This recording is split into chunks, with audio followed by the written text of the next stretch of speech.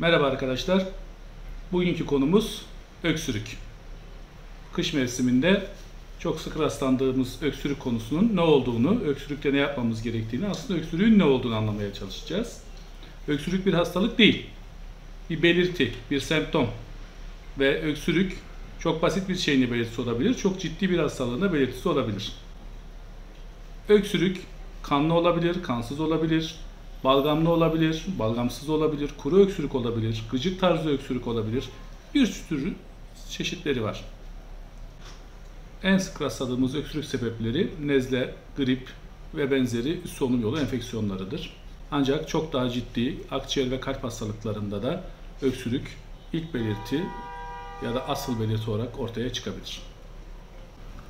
Öksürük hemen kesilmesi gereken bir belirti değil.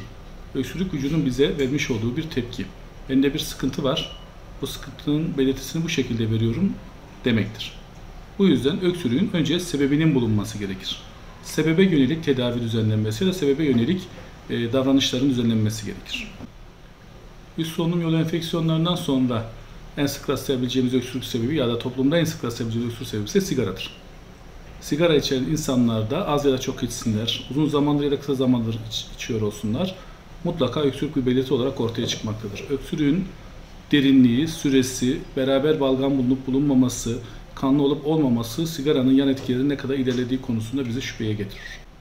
Yine önemli bir hastalık olan ülser ya da reflüde, mide ile ilgili ve bağırsakla ilgili sıkıntılarda da öksürük ortaya çıkabilmektedir. Bu öksürükte genelde boğazda acı bir tat ve geceleri yattıktan sonra meydana gelen öksürükler ve boğazda yine meydana gelen acı yanma hissiyle beraber olan öksürükler şekilde görülebilmektedir. Uzun süredir olan, bizim kronikleşmiş dediğimiz yani süreyen, müzmin hale gelmiş olan öksürükte yine akla gelebilecek olan önemli bir hastalık da sinüzitlerdir. Bunların meydana getirdiği geniz akıntıları, gıcık tarzı uzun süreli özellikle akşamları ve geceleri meydana gelen öksürükler şeklinde belirti verebilir. Ciddi akciğer hastalıklarından olan koah, astım ya da akciğerin kanserlerinde de öksürük çok önemli bir belirtidir. Yine nedeni saptanamayan öksürükte hipertansiyon ilaçlarını yani tansiyon düşürücü ilaçlarının rolü unutulmamalıdır. Bazı tansiyon ilaçlarının yan etkisi olarak inatçı geçmeyen öksürükler meydana gelebilir. Sebebi bulunamayan öksürüklerde akla gelebilecek olan bir diğer sebep de tiroid iltihapları ya da içeriye doğru büyümüş olan guatrlardır. Bunlarda da öksürük tek belirti olarak ortaya çıkabilmekte. Tabii tüm hastalıklarda olduğu gibi öksürükte de psikolojik yön vardır.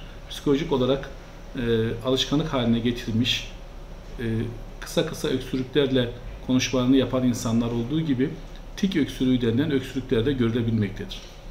Öksürük vücudun bir savunma mekanizması.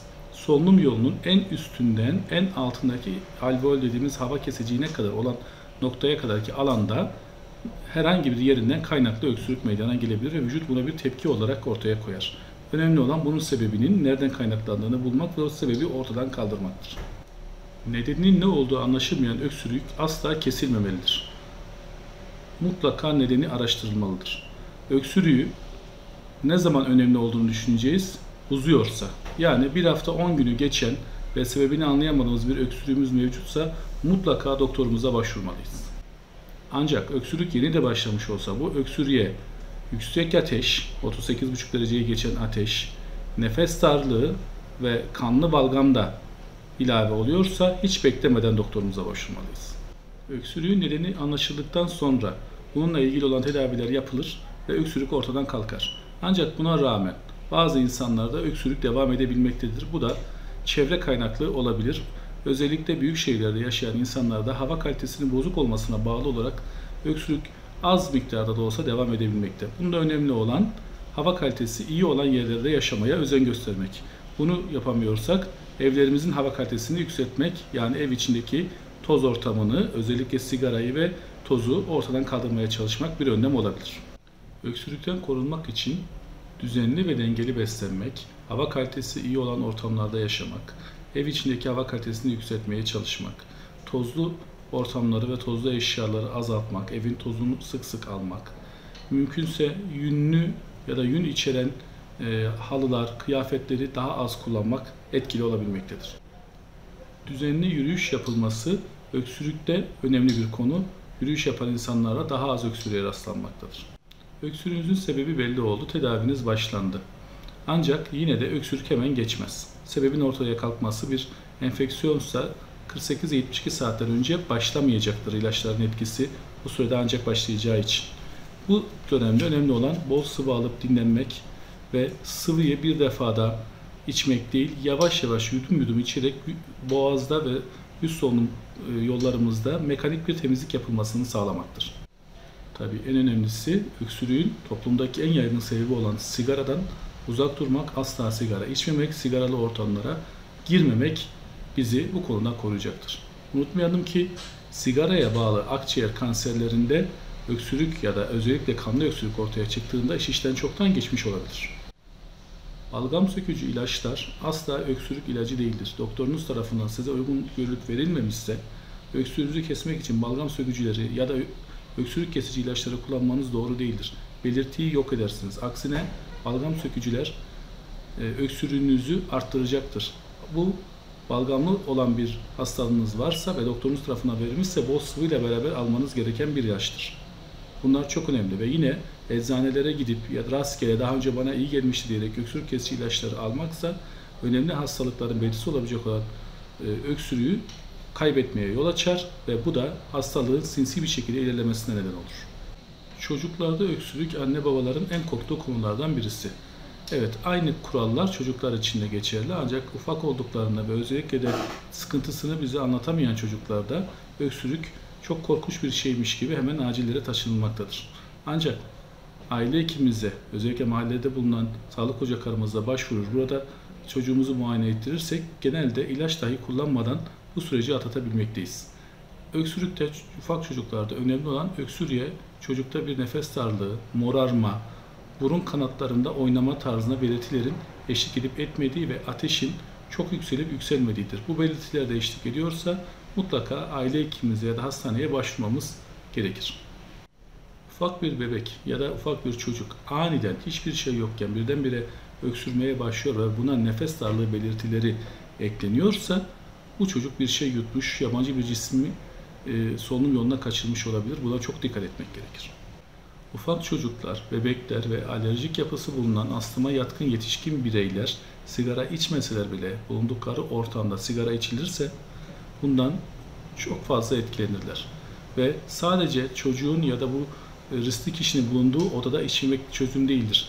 Evin tuvaleti, banyosu dahil olmak üzere her yerinde içilen sigara evin içine risk olarak dağılmaktadır. Bu yüzden sigara içmeyeceğiz. İlla sigara içiyorum diyen kişileri evle bağlantısı kopuk olan bir balkona ya da evin dışına göndereceğiz. Kapıyı da örteceğiz ki evin içine sigara ile ilgili olan tozlar, dumanlar sirayet etmesin. Çocuklarımızı bizimle beraber yaşayan insanları rahatsız etmesin.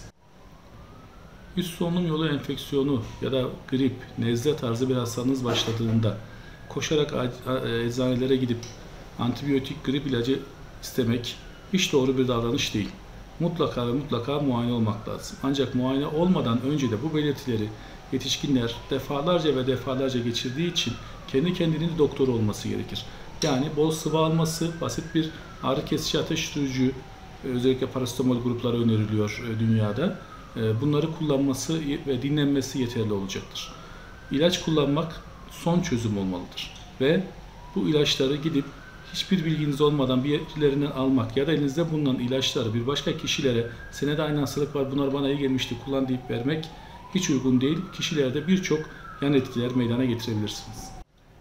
Çocuklarını aşılatmayan aileler hem kendi çocuklarını risk altına sokmakta, hayatlarını tehlikeye atmakta hem de aşılama zamanı henüz gelmemiş, küçük ya da vücut direnci düşük olan diğer aile çocuklarına bu hastalıkların erkenden bulaşmasına yol açmakta, onların da hayatını riske altına atmaktadır. Şahsi görüşüm olarak aşılama mutlaka ve mutlaka zorunlu olmalıdır ve o devletin belirlemiş olduğu aşı takvimine mutlaka uyulmalıdır. Kanalımıza abone olursanız seviniriz. Teşekkür ederim.